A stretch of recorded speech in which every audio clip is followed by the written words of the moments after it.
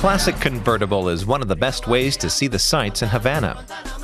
We want to find out what's new in Cuba, an island that's famous for not having changed much in 50 years.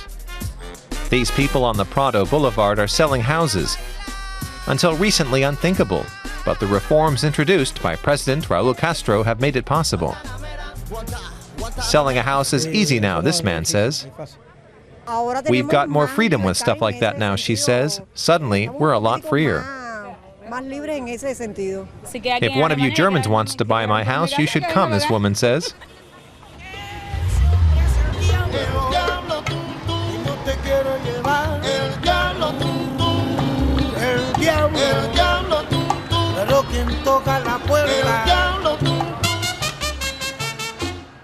"8 a.m. when it's only 30 degrees Celsius is the best time to work out on the Caribbean island.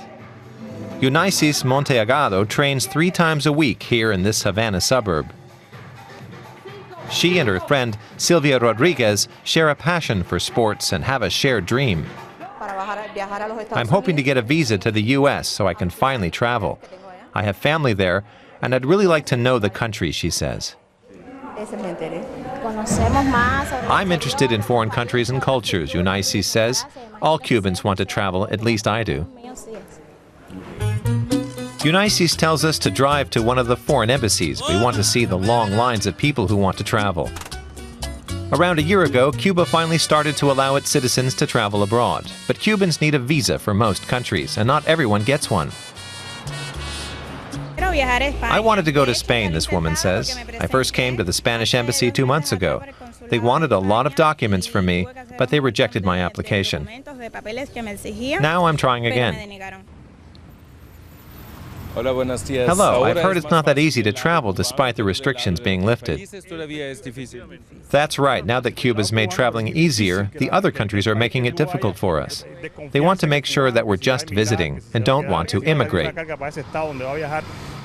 In fact, since Raul Castro's reforms, a lot of Cubans living abroad have begun to come back to Cuba. And some non-Cubans have even been finding ways to earn money in the socialist Caribbean state. Havana Queens is a new privately run dance revue that wouldn't have been possible a few years ago. Patrick Hofer is Swiss.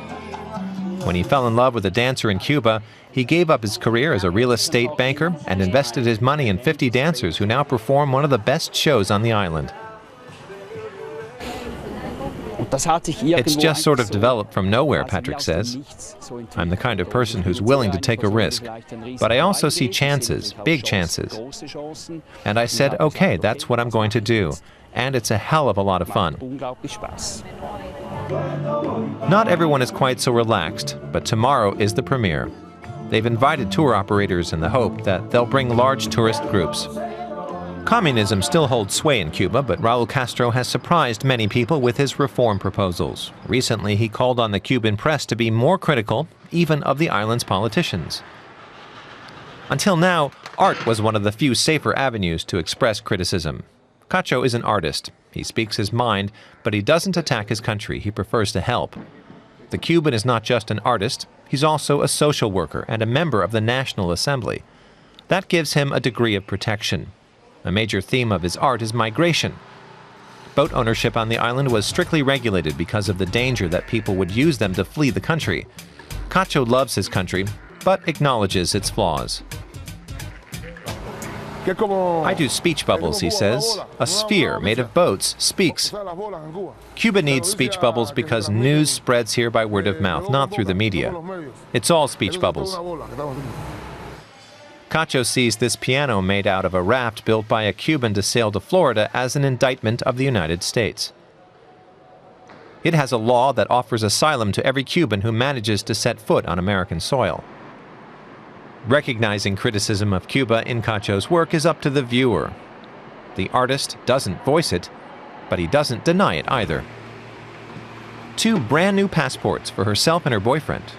Eunices from the fitness studio studied tourism, but she hasn't found any work yet. When President Castro granted the right to travel a year ago, she started to dream. Now she's manicuring her last customer before her first foreign holiday of her life. Relatives in the Bahamas have given her a plane ticket. I'll learn a lot about international tourism in the Bahamas that I can use for my career in Cuba.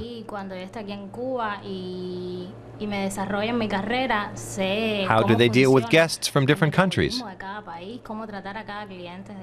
And how do you react properly to their preferences and dislikes?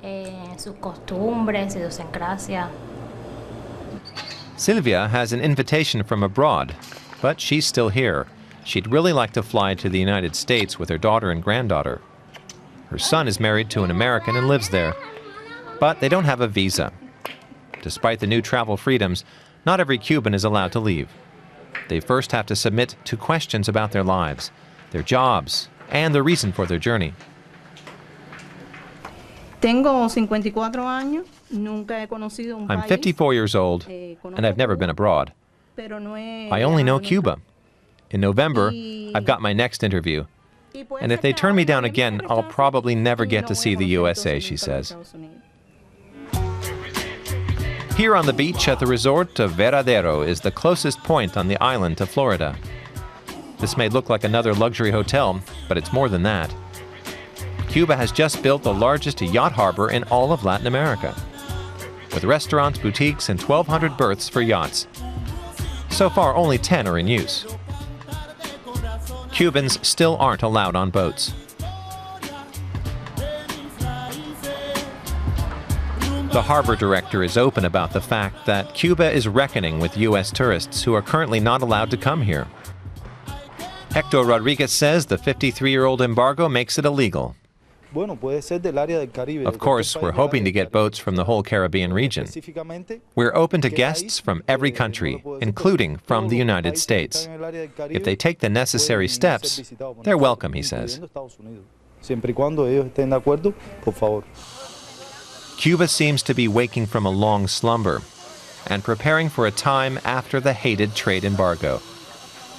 At the same time, the number of bookings from foreign holidaymakers is stagnating. Castro is betting on Americans being allowed to come soon and filling up the new hotels. We want to talk to a politician from the Cuban government about the relationship between Cuba and the United States.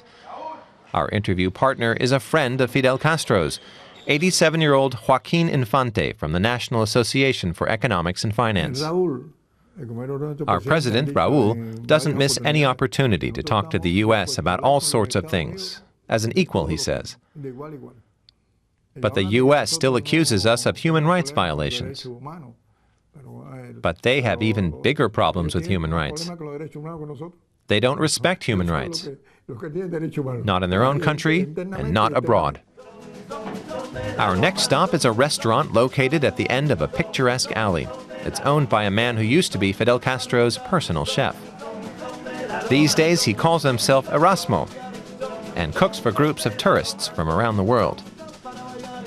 Erasmo spent 52 years catering to world leaders who were Castro's guests. He says Fidel was like a father to him, but he's still much happier with his life now. Our state is good to us, and sometimes it gives us even more than is good for us, and that's why people have gotten lazy and aren't working enough, he says. They should be working a lot for Cuba. And you, do you have to work harder too and think more about your own business? Of course, I have to think a lot, but afterwards, I can count my pesos.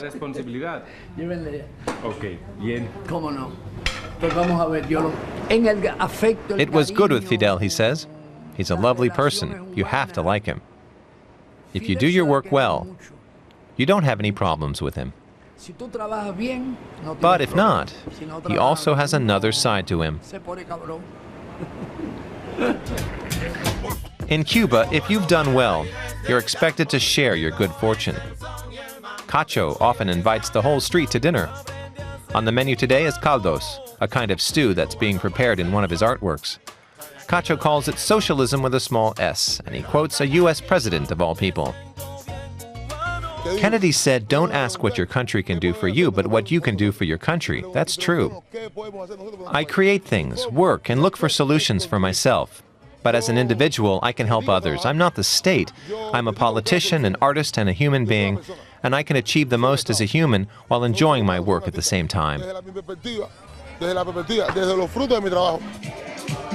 His neighbors are also enjoying it. Cacho really seems to have found a balance between art and politics in Cuba. But I can never be sure who I'm talking to: the artist, the politician, or the neighbor.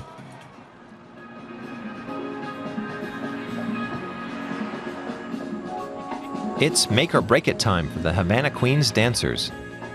After 1.5 years of preparation and training, it's time for them to show the tour operators what they've got.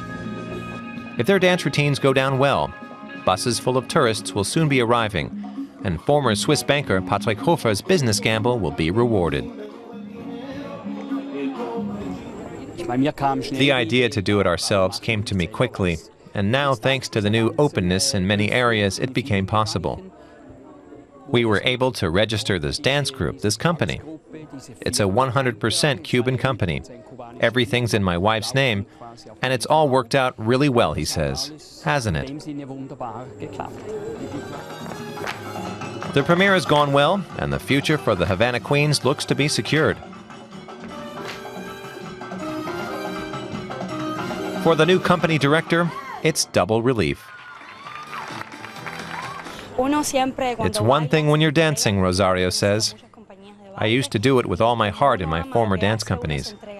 But when it's your own show, everything is possible. Then it's your baby, and it's bigger and better than anything else. Cubans may not yet be completely free, but suddenly a lot of things that were once impossible have become possible.